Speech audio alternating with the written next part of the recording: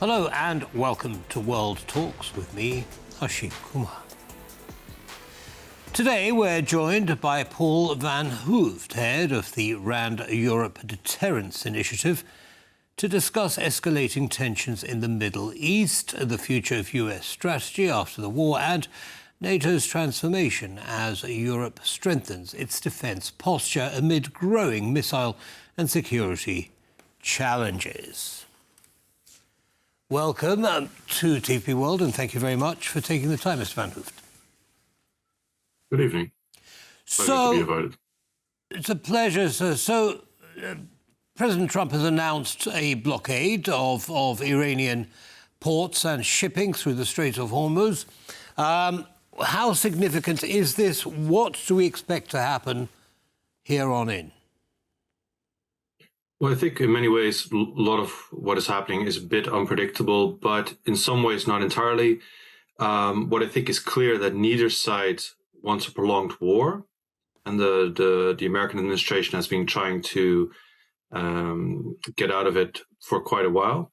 So the latest tensions are basically because both sides need to have, it's a classic story, both sides need to claim victory of some kind of manner, and therefore it's harder for them to take a true step back. So perhaps this leads to more prolonged escalation, or like the escalation, the moments of tension in the last few months, this will be a momentary burst of violence before they sort of reset and try to negotiate a more sustainable outcome. Well, I mean, how much evidence do we have that Iran is really interested in a sustainable, negotiated outcome? I mean, essentially, they've neither said nor done anything that is different to what they were saying before this war started. Well, it seems to me that they do feel, well, they're in an interesting position. On the one hand, they feel that they have the better cards. They have the ability to close the Strait of Hormuz whenever they desire to. And on the other hand, the regime has taken quite a number of hits, and the Iranian economy has taken a number of hits. So there's, I think, some desire on the Iranian side to look for a way out as well, except I think, especially so close to the funeral of Khamenei, is that there is also a desire to appear strong and for the region, but also domestically. Yeah, but maybe the Iranians do have some cards. I mean, President Trump has midterm elections coming up in November. He's going to be held very responsible if fuel prices go up again in the United States and around the world. Is Iran simply playing a game of chicken to see who blinks first? Well, to some extent they are, and to some extent they're also in a position to do so. But I'm not entirely confident that they can do so indefinitely, right? They have taken significant damage as well. So right now, I think they're trying to get reasonable concessions out of the US, which seem now to center on some kind of toll, essentially, on the Strait of Hormuz. I think that would be difficult to accept by the US administration, which I think has been sort of trying to have it a bit both ways, not completely exclude it, but also not confirm it. So that leads both sides to sort of try to get into, a game of chicken, and then to hope that the other side blinks first. At the same time, neither of them wants this to continue for indefinitely. And certainly President Trump can't, I think, manage to do this until the midterms or beyond. Okay, now let's zoom out a little bit and talk about Iran's neighbours. I mean, Iran's been very unfriendly towards them, hasn't it? I mean, it's been firing missiles at all of its neighbours. Are we talking about a realignment of the Middle East? I mean, there's always been an uneasy truce with Iran, between Iran and the Arab countries. Are we seeing something deeper than that at the end of this war? Well, I think what is I think the leaders of several Gulf states may have come to the conclusion that U.S. protection is not as ironclad as they might have assumed before the war started months ago. So, and it's also clear that there are certain limits to, especially in the air and missile defense domain, there are certain limits to how well you can defend against a state that has a large arsenal of drones and a variety of cruise missiles, ballistic missiles, and so on. So in those circumstances, I'm not sure if the options for them, for the Gulf states, are that straightforward to where to align to. But I think they will pursue and are already pursuing in several ways hedging strategies, which means that they're trying to find backup plans that their plans don't entirely depend or exclusively depend on the United States. Backup plans like what? Well, you could already see that they've looked to increase their defense ties with Ukraine. So we might get a situation that they will support Ukraine's defense industry by importing a significant amount of counter-drone, counter-missile systems that the Ukrainians have developed over the past 4.5 years.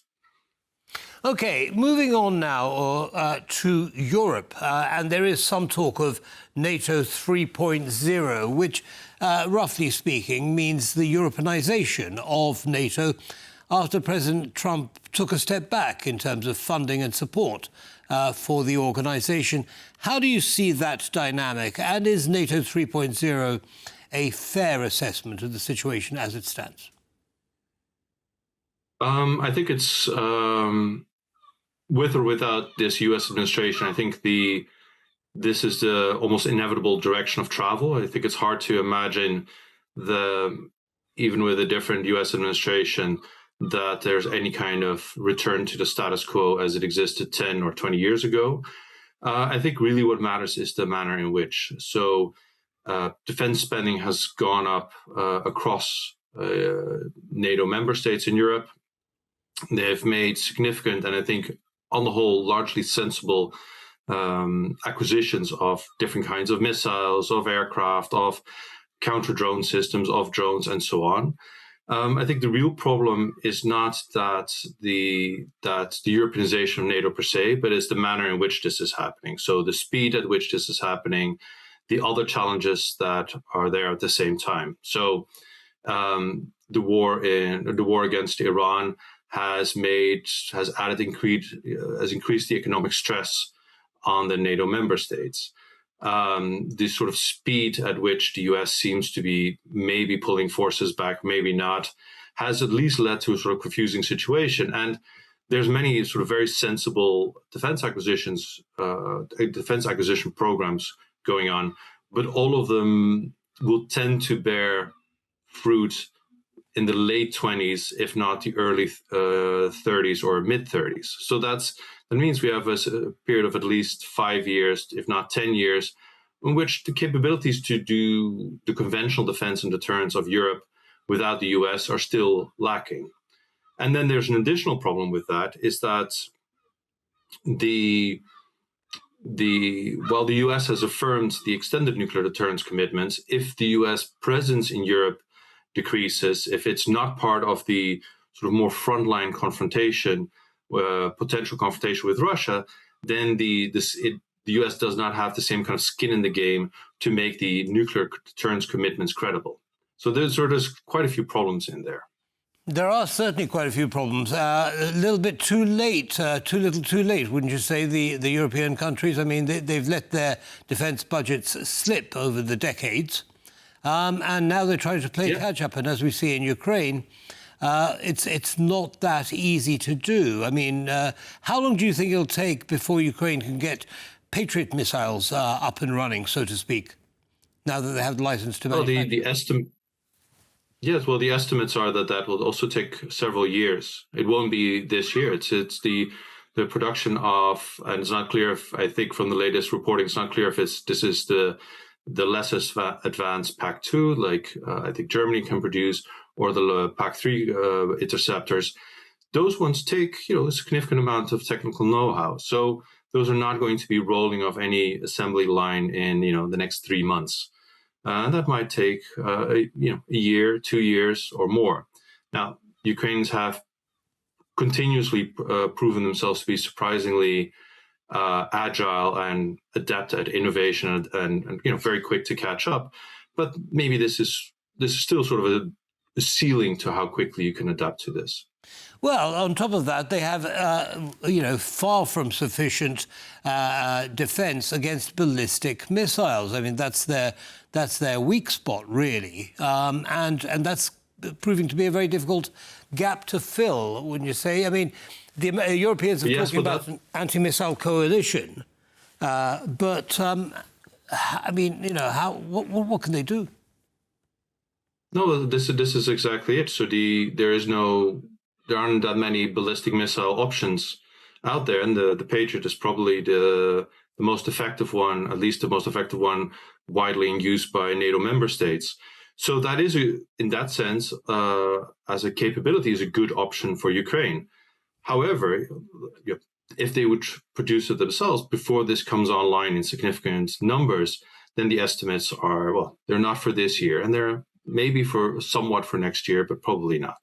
Right, so there's going to be a huge gap there, and that means that Russia will maintain a significant coercive advantage there against Ukraine, and also implicitly against NATO Europe. Now, there are other ways to think about approaching this, but also those other solutions are not going to, like I mentioned, those are not going to be ready in the coming months either. Okay, now in the last minute or so that we have left, Mr. Van Hooft, are we seeing a change in the role of NATO with everything that's going on between Russia and Ukraine, between Iran and its neighbours and the US, and also with secondary sanctions being threatened against China and India by the United States, changing the economic dynamic as well? Is NATO's role going to change alongside those? Well, it's a very, for NATO, this is a unique situation because on the one hand, NATO is returning to its classic Cold War task of defending the territories of NATO member states, right, which it's essentially ceased to do after 1991 and became more of an out of NATO treaty area organization for crisis management and so on. And at the same time, with the US no longer willing to play that central role, both in terms of providing command and control and capabilities and manpower and so on, this is a very tricky, uncharted territory to enter into. And then added to that the US is not just simply extracting itself slowly, or maybe not so slowly, from Europe, but it's also focusing on China and elsewhere. So that means that now we're dealing with a more truly multi-regional kind of political game, much more so, I think, than was the case during the Cold War, when in the end, most things centered on who would control or deny control over Europe. Right, indeed, a complex picture. Mr. Van Hooft, thank you very much for sharing your analysis with our audience, and have a good day. Thank you. You too. Thanks. And that brings us to the end of this episode of World Talks. Don't go away, lots more coming up. Goodbye.